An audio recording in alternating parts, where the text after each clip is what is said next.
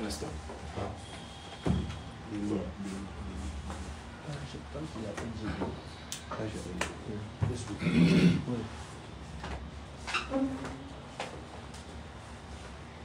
Mais je ne vois pas la presse, à part les caméramans. Ils sont où? Derrière. Ah, ils sont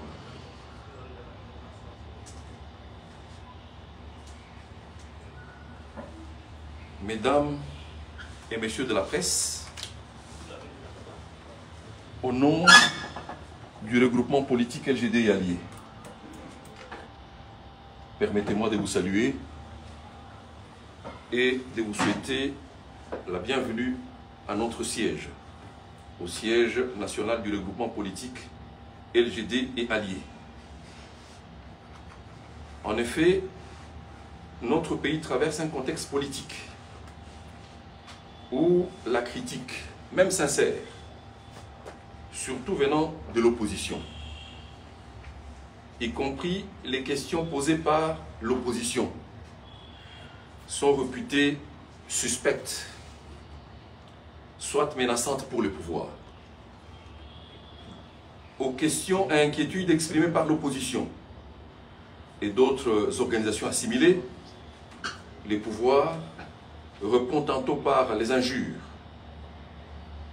tantôt par les menaces, ou carrément par la répression violente. Et comme la violence appelle la violence, le recours à la lutte armée a été emprunté par certains compatriotes pour stopper les pouvoirs. Du coup, la République est prise en otage. Elle s'enfonce dans les gouffres. On peut même être tenté de dire qu'elle touche le fond. Notre peuple se trouve livré à lui-même et accaparé par le doute sur son élite politique et sur lui-même. Mesdames et messieurs de la presse, il sied de revenir à la raison. Car l'instant de vérité approche. Il faut aborder cet instant-là avec sérénité, courage et surtout avec responsabilité. En effet, nous disions tantôt que l'instant de vérité est arrivé. Et cette vérité est que notre pays aujourd'hui se trouve dans la posture de faiblesse face à ses adversaires sur les théâtres de la guerre. C'est une évidence. Or, comme vous le savez, les nations puissantes ne négocient jamais avec les nations faibles. Elles les soumettent simplement. Cette vérité est que les nations fortes négocient entre elles. Et dans ces cadres, elles peuvent se faire des concessions, de manière respectueuse. Par contre, la règle veut que les nations faibles soient écrasées, assujetties et dépouillées totalement. À ce sujet, il faut noter que malgré l'enthousiasme débordant affiché par certains d'entre nous, légitimement, à la conclusion de cet accord de paix ou d'IDP de Washington et à la signature de la déclaration des principes de Doha, la vérité est que notre pays est domestiqué. Ce n'est pas exagéré de le dire. Présentement, il est en voie de dépouillement. Il est en voie de dépècement, comme un éléphant abattu par les braconniers. Il faut nous ressaisir rapidement pour arrêter cette descente aux enfers. Mais comment y arriver sans abandonner les discours clivants qui menacent l'unité nationale et la cohésion nationale, en attisant le feu en permanence pour des raisons d'existence politique? À ce stade, il importe de relever que la République n'a pas besoin des identités closes, déclinées sur les marchés politiques en termes de tribus, d'ethnies, des races, d'appartenance linguistique et qu'en sais-je, en violation de la loi portant organisation et fonctionnement des partis politiques et de la constitution de notre pays. Mesdames et messieurs de la presse, comme vous le savez, dans la nuit du samedi 26 au 27 juillet 2025, plusieurs des dizaines de nos compatriotes fidèles catholiques ont encore une fois été massacrés à l'arme blanche dans la localité de Komanda, dans la province de l'Ituri, à l'est de la République, par les rebelles ougandais des ADF, avant de s'en prendre à plusieurs commerces et maisons. Au nombre de ces victimes se trouvent probablement de nombreux membres de notre parti de la Fédération de l'Ituri. Les LGD et alliés adressent ses plus sincères condoléances aux familles des victimes et expriment leur solidarité avec les personnes blessées. Condamnent avec la plus grande fermeté l'inefficacité de la réponse gouvernementale face à ces atrocités répétées et exigent des actions immédiates et concrètes pour protéger les civils et fournir une aide d'urgence aux déplacés et aux blessés. Ce massacre, vous vous en doutez, vient s'ajouter sur les tableaux du cycle infernal des tueries sauvages qui continuent à faucher gratuitement les vies de nos compatriotes à travers tout le pays. Et cela dans l'indifférence totale de ceux qui nous gouvernent. Mesdames et messieurs de la presse, il y a de cela quelques jours, les LGD et alliés avaient fait une analyse profonde de la situation de notre pays et posé un diagnostic profond des maux qui minent la RDC. Mais la lecture des solutions proposées à Doha et à Washington à la crise sociopolitique que traverse notre pays donne le sentiment que la complexité de la situation n'a malheureusement pas été prise en compte. Il est regrettable que les aspirations du peuple à la justice et à la restauration de l'autorité de l'État sur toute l'étendue du pays aient été complètement ignorées. Sur ce registre, les regroupements politiques LGD alliés constatent que la quête de la paix, qui paraît être au cœur du processus de Washington et de Doha, est une chose excellente pour la RDC et toute la région des Grands Lacs. C'est une dynamique qu'il s'est d'encourager pour favoriser davantage d'inclusivité et étouffer les risques de balkanisation. Cependant, à la lecture de cet accord prétendument de paix, les partis signataires paraissent avoir résolu de conclure une paix précaire, une paix au bout du fusil, au terme d'un processus du dialogue qui n'a rencontré ni les causes profondes qui sont à la base de la guerre, ni le mécanisme de réparation des conséquences qui en ont découlé. Du coup, la résolution 2773 du Conseil de sécurité des Nations Unies et la Constitution sont mises au frigo.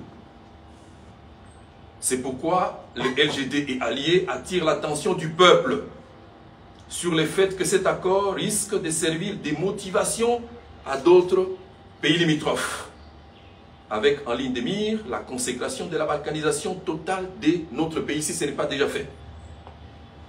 Mesdames et messieurs de la presse, faut-il aussi rappeler que le président du LGD et allié, ancien directeur général du BCECO, ancien ministre des Finances et ancien Premier ministre de notre pays, dont la gestion orthodoxe et saine de la chose publique a été saluée par tous, surtout par les partenaires au développement de la RDC, n'a jamais détourné les fonds du trésor public.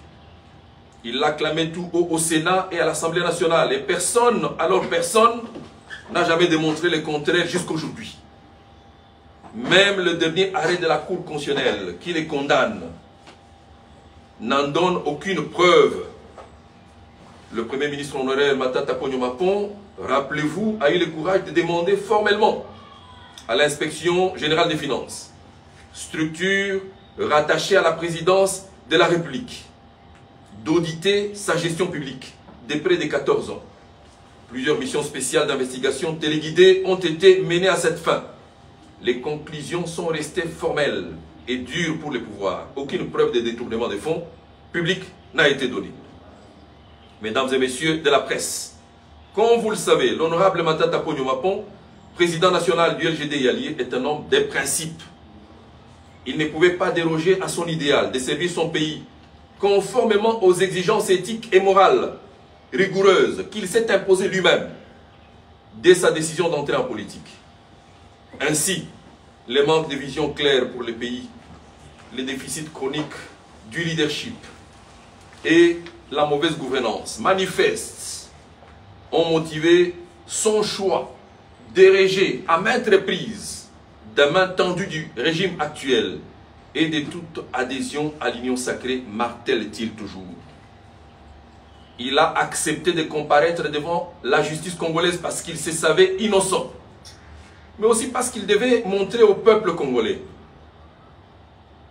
à la face du monde, et surtout à la jeunesse de notre pays, qu'un Congolais peut faire la politique avec intégrité, sans se faire corrompre et sans détourner les fonds publics. Il a donc fait confiance à la justice de son pays. Mais quelle n'a pas été sa déception, mieux sa surprise, et surtout sa surprise de constater qu'un Congolais est poursuivi pour motif de n'avoir pas détourné. Toutes les dispositions, alors toutes, ont été prises par les pouvoirs pour le condamner. Et le procès s'est révélé comme un théâtre de tragicomédie pour abattre à bout portant un opposant politique. Certaines personnes impliquées dans la gestion opérationnelle du projet ont été exemptées des poursuites en échange de leur déposition contre Matata, qui n'était pas concerné par la gestion de fonds. Le président de la République a répété à plusieurs reprises que la justice congolaise était malade. Et la première maladie dont a été victime notre président du parti est la tribalisation de la justice. La seconde, on l'a vu, est la soumission à la justice aux impératifs du pouvoir exécutif. La justice exécute les ordres du pouvoir exécutif. Elle n'est donc pas indépendante, comme l'exige la Constitution. Et la troisième, c'est la corruption qui gangrène largement l'appareil judiciaire du pays. Mais alors, comment une personne malade, réputée malade, peut-elle être soignée par un médecin réputé malade et gravement malade que le malade? Messieurs et mesdames de la presse, comment pouvez-vous, ou comme vous pouvez le remarquer, le président du LGD et alliés n'a pas été jugé sur base de la Constitution et des lois du pays. Celles-ci ont été violées plus de 45 fois. Le premier jugement le concernant a été rendu en novembre 2021. La Cour constitutionnelle s'est déclarée incompétente, conformément à la Constitution. Et le dossier était définitivement clos. Pensait-on. Mais en violation intentionnelle et manifeste de l'article 168 de la Constitution, et voulant à tout prix le condamner, conformément à la volonté du pouvoir, la Cour constitutionnelle a réouvert miraculeusement les dossiers pour les réjuger.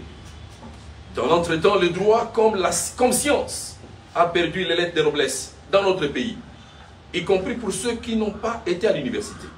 D'ailleurs, certains parents se posent la question sur l'intérêt qu'il y a encore et l'opportunité qu'il y a encore d'envoyer leurs enfants à l'université pour apprendre le droit, afin de condamner automatiquement, par la suite, des innocents. Dans le même ordre d'idées, il s'y est de signaler que la Cour, dans l'envolée de faire plaisir au pouvoir, l'a condamné à des travaux forcés qui sont interdits par la Constitution. Conformément à l'article 16, dernier alinéa de celle-ci, qui stipule « Nul ne peut être astreint à un travail forcé ou obligatoire ». Par ailleurs, le Code pénal congolais, en son article 6 bis, interdit formellement que l'exécution de la peine des travaux forcés ne soit confondue ni assimilée à celle des servitudes pénales ou d'emprisonnement.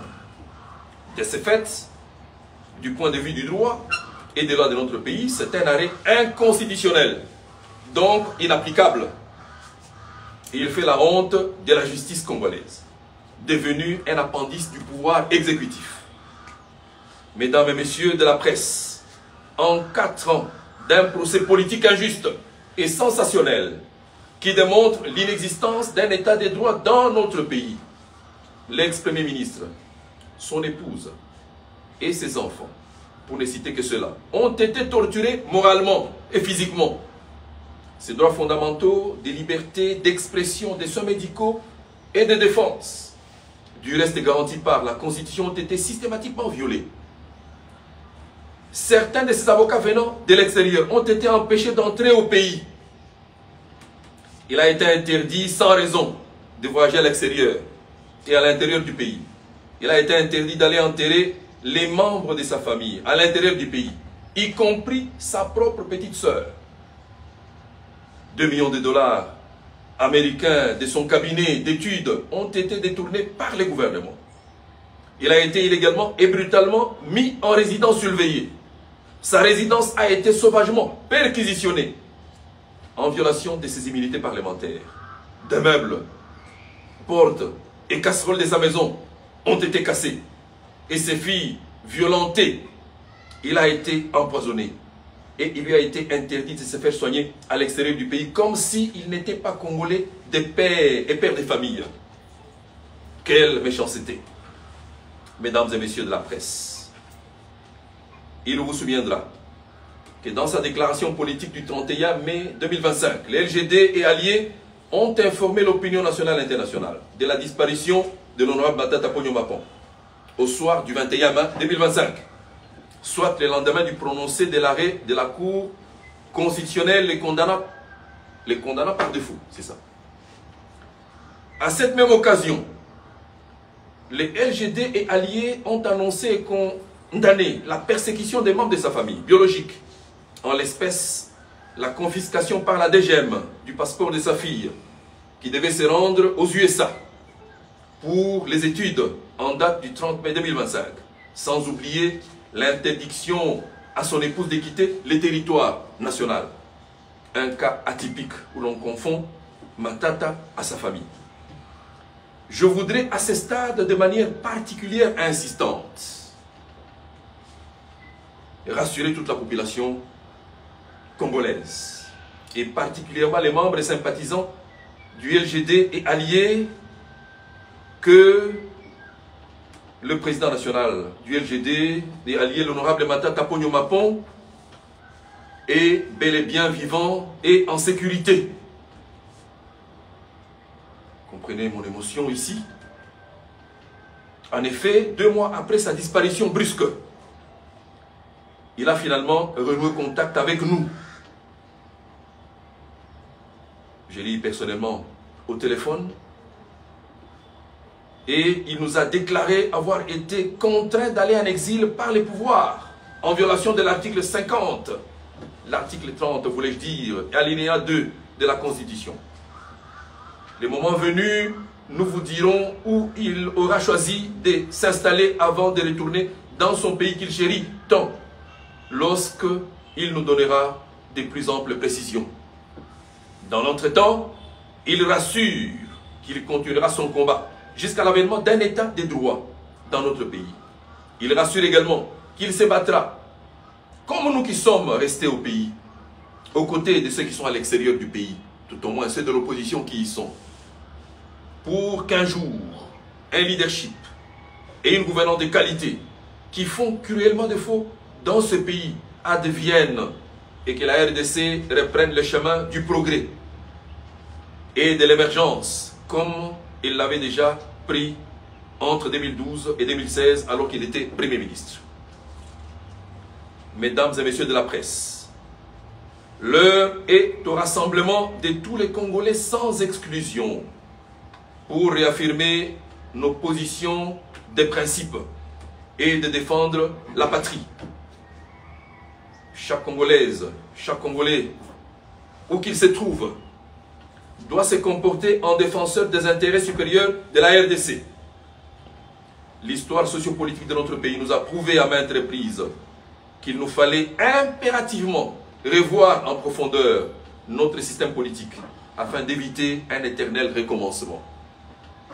Pour les LGD et alliés, l'initiative des pères spirituels d'Asenko et de l'SCC demeure la seule voie de sortie de la crise multiforme que traverse notre pays et la sous-région des Grands Lacs, suite au déficit du leadership et de gouvernance qui mine notre pays, afin de refonder notre capacité d'agir ensemble pour l'intérêt commun et permettre ainsi à la nation réunifiée de redonner la force à nos forces de défense et de sécurité. Nous souhaitons que ce ne soit pas un dialogue pour le partage du pouvoir. Alors nous souhaitons que ce ne soit pas un dialogue pour le partage du pouvoir. Plutôt un lieu où seront posés les fondements historiques d'un nouveau départ socio-économique définitif. C'est cela la volonté de nos ancêtres. C'est cela la volonté de nos congénères. C'est cela la volonté de nos enfants. Et c'est cela la volonté des futures générations de ces pays. À la jeunesse congolaise, l'avenir de ce pays, je lui demande de ne pas perdre l'espoir et de croire au développement de notre pays. Seuls les Congolais développeront ces pays et non les institutions internationales et les experts nombreux chèrement payés qui pilulent dans les institutions publiques congolaises. Vous les jeunes, alors vous les jeunes, vous pouvez donc continuer à croire en l'avenir de la RDC. Vous pouvez continuer à croire en l'honorable Matata Ponyo Mapon, à son idéal et à son engagement. Il ne vous décevra jamais. Les jeunes ont besoin, dans ce pays, des modèles. Alors des modèles, des vrais modèles. Et il en est un. Parce qu'il est l'un des hommes politiques dans le pays sur qui vous pouvez compter dans le domaine de la gouvernance de la chose publique. Que vive la RDC, que vive le LGD et alliés, que vive l'LGD et alliés, que Dieu nous bénisse. Je vous en remercie.